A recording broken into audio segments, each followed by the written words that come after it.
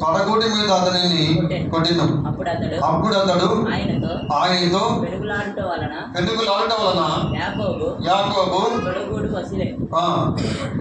ఆయన తెల్లవారుచున్నది కనుక నన్ను పోనిమ్మనగా అతడు నీవు నన్ను ఆశీర్వదించితేనే గాని నిన్ను పోనీను అనెను. ఆయన నీ పేరేమని అడగగా అతడు యాకోబుని చెప్పెను. అప్పుడు ఆయన నీవు దేవునితోను మనుషులతోను పోరాడి గెలిచితివి కనుక ఇక మీదట నీ పేరు ఇశ్రాయేలే గాని యాకోబు అనబడదని చెప్పెను. అప్పుడు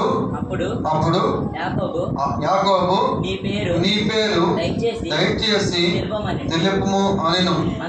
అందుకు ఆయన నీవెందు నిమిత్తము అడిగితివని చెప్పి అక్కడ అతనిని ఆశీర్వదించెను. దేవునికి స్తోత్రములు. హల్లెలూయా. దేవునికి స్తోత్రములు. ఆదికాండం అంటే కొత్త నిబంధనలు ఎందుకు